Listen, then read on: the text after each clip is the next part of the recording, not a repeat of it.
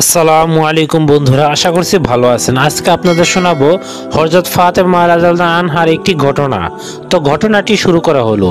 খাতুনের জান্নাত হযরত ফাতেমা রাদিয়াল্লাহু আনহার শৈশবকালে অধ্যায় বিভিন্ন ঘটনা ও কথার মাধ্যমে মাতা পিতার ভক্তি সেবা কথা আলোচিত হলেও পাঠক পাঠিকাদের সামনে নবী নন্দিনী হযরত ফাতেমা রাদিয়াল্লাহু আনহা এর বড় বোনদের বিয়ে হয়ে যাওয়ার পর পিতা মাতার সংসার একমাত্র ফাতেমাই ছিলেন সে মমতার অধিকারিণী। পিতামাতা উভয়ে মায়া মমতা স্নেহে পেয়ে ফাতিমা আনন্দে জীবন কাটাতে লাগলেন, কিন্তু তার ওই সুখ আনন্দ বেশি দিন স্থায়ী হলো না। কেননা হযরত খাদিজা রাদিয়াল্লাহু আনহা বিভিন্ন রোগ শোকে অতিশয় দুর্বল হয়ে পড়লেন। একদিকে বার্ধক্য, অন্য বিভিন্ন দিক দমনের রোগ, যার কারণে আস্তে আস্তে শরীর দুর্বল পথেই ধাবিত হচ্ছে।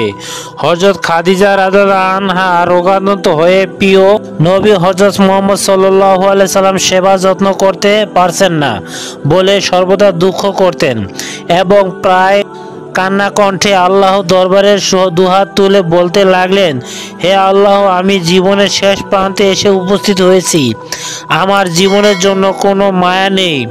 আমার আফসোসের বিষয় হলো জীবনের শেষ মুহূর্তে পেয়ারা নবী হযরত মুহাম্মদ সাল্লাল্লাহু আলাইহি সাল্লাম চরণ সেবায় সুযোগ হতে বঞ্চিত হলাম। হযরত আমার মতো রাদিয়াল্লাহু আনহু এর আগে জড়ানো কান্না ভেজা কণ্ঠে কথাগুলো শুনে কিশোরী কন্যা, তাই কিশোরী কন্যা ফাতেমার মায়ের চোখের তৃপ্ত অশ্রু নিজ হাতে মুছে দিয়ে মাকে জড়ানো মায়া মমতা ভরা কণ্ঠে বলেছিলেন, আম্মাজান, আমার স্থানে আমি ফাতিমা সর্বদা আব্বাজানের খেদমত ও পরিচর্যা করব। আমার জীবনে থাকতে আব্বাজানের খেদমত সামান্যতম ত্রুটি আমি করব না, বিধায় আমি কোনো চিন্তা করব না। মৃত্যু পর পথযাত্রী হযরত খাদিজা মেয়ের কথা শুনে খুবই আনন্দিত হলেন। আর আনন্দিত হওয়ার কথা, যেহেতু এই কিশোরী বয়সে তার মুখ থেকে যে সকল সান্ত্বনামূলক কথা বের হয়েছে তা সাধারণত এই বয়সে ছেলে মেয়ে মুখ থেকে বের হয় না। ফাতেমা রাদিয়াল্লাহু আনহা কেবল খুবই শীঘ্রই হলেন না, বরং তাকে তার কাছে ডেকে বুকে টেনে তার পিঠে ও মাথায় হাত বুলালেন, তার জন্য প্রাণ ভরে দোয়া করলেন, হে আল্লাহ, তুমি আমার মেয়ের তোমার প্রতি প্রিয় আবেদা বান্দি বানাও, তাকে জগতের বুকে মহা মর্যাদাপূর্ণ মাতৃ আসন অভিষ্ট করুন। দোয়া করার পর মেয়েকে আবার কাছে ডেকে মাথায় হাত বুলালেন। মৃত্যুযাত্রী মাতা খাদিজা রাদিয়াল্লাহু আনহা বলেন, হে ফাতিমা, তুমি আমার প্রাণের মা। মনে রাখবে, এই পৃথিবী হতে আমি চলে যাবার পর কোনো দুঃখ করবে না, বরং আমার মাগফিরাতের জন্য সর্বদা দোয়া করবে। তবে আমার কাছে আমার বিশেষ আপত্তি ছিল, আমার মৃত্যুর পরে তোমার আব্বাজানের খেদমত এবং সেবা যত্নে ভালো তুমিই গ্রহণ করবা। মায়ের যত্নে সেবা যত্নে তাকে সুখী করার জন্য আপ্রাণ চেষ্টা করবে। মনে রেখো, তোমার আব্বার খেদমত ও সেবা যত্ন করলে ইহকাল ও পরকালে তোমার কল্যাণ হবে।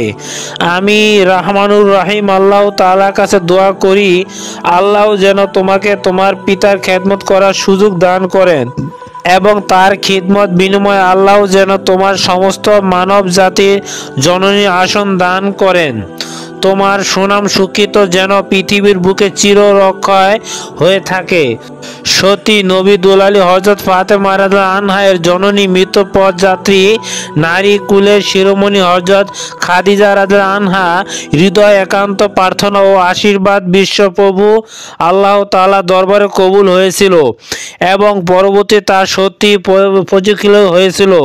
খাতুনে জান্নাত হযরত ফাতেমা রাদিয়াল্লাহু আনহা এর সুনাম সুরক্ষিত, যশ মর্যাদা বিশ্বব্যাপী অক্ষয় হয়ে আছে এবং রোজ কিয়ামত পর্যন্ত প্রতিটি মুসলমান নরনারীর হৃদয়ে এই ইতিহাস পাতা চির ভাস্কর্য হয়ে থাকবে। অধিকাংশ সিরাতকারীদের মতো নবী দুলালী হযরত ফাতেমা রাদিয়াল্লাহু আনহা এর বয়স যখন 11 বছর, তখন তার মাতা হযরত খাদিজাতুল কুবরা রাদিয়াল্লাহু আনহা নবুয়তের দশম সালে মক্কায় ইহরাম ত্যাগের সময় হযরত খাদিজাতুল কুবরার বয়স হয়েছিল 65 বছর। নবী দোজান হযরত মুহাম্মদ সাল্লাল্লাহু আলাইহি ওয়াসাল্লাম নিজেই মাথার পাগড়ি দ্বারা তার দাফন করেছিল তৈরি করে পরালেন এবং তাকে তার জিহন নামক স্থানে দাফন করলেন। আল্লাহ হাবিব হযরত মুহাম্মদ সাল্লাল্লাহু আলাইহি সাল্লাম প্রিয়তমা জীবন সঙ্গিনীর লাশ কবরে শোয়ালেন এবং মাটি চাপা দিলেন। প্রিয় পাঠক পাঠিকার মনে স্বাভাবিকভাবে প্রশ্ন জাগ্রত হতে পারে যে কিভাবে জানাজা না পড়ে কবরে রাখলেন। এই প্রশ্ন সমাধান বলে বলা যেতে পারে যে তখন জানাজার নামাজের হুকুম জারি হয়নি। প্রাণ পিয়াসী কবরে রেখে তার কবরের উপর প্রিয় নবী সাল্লাল্লাহু আলাইহি সাল্লামের উপর হয়ে লম্বালম্বি ভাবে শুয়ে দু হাত দুই দিকে প্রসারিত করে ছটফট করতে লাগলেন। এভাবে করার কারণ হলো তিনি মাটি যেন তার প্রিয়তমা স্ত্রী হযরত খাদিজা রাদিয়াল্লাহু আনহা এর চাপা দিতে না পারে, যার কারণে দু হাত দিয়ে মাটিকে জোর করে বাধা দিয়েছে। অধিকাংশ সিরাতকারীদের ভাষ্য মতে নবী দুলালী হযরত ফাতেমা রাদিয়াল্লাহু আনহার মাত্র 11 বছর বয়সে মাকে হারিয়ে ইয়াতীম হলেন। মাকে হারিয়ে পিতা কৃতজ্ঞ লালিত পালিত হতে লাগলেন। খাতুনে জান্নাত হযরত ফাতেমা রাদিয়াল্লাহু আনহা নাবালক অবস্থায় মাকে হারিয়ে কাঁদতে কাঁদতে অসুস্থ হয়ে পড়লেন। তবে কাঁদার কথা, কেননা মায়ের সাহায্যই ছিল তার সময় কাটাবার প্রধান সম্বল।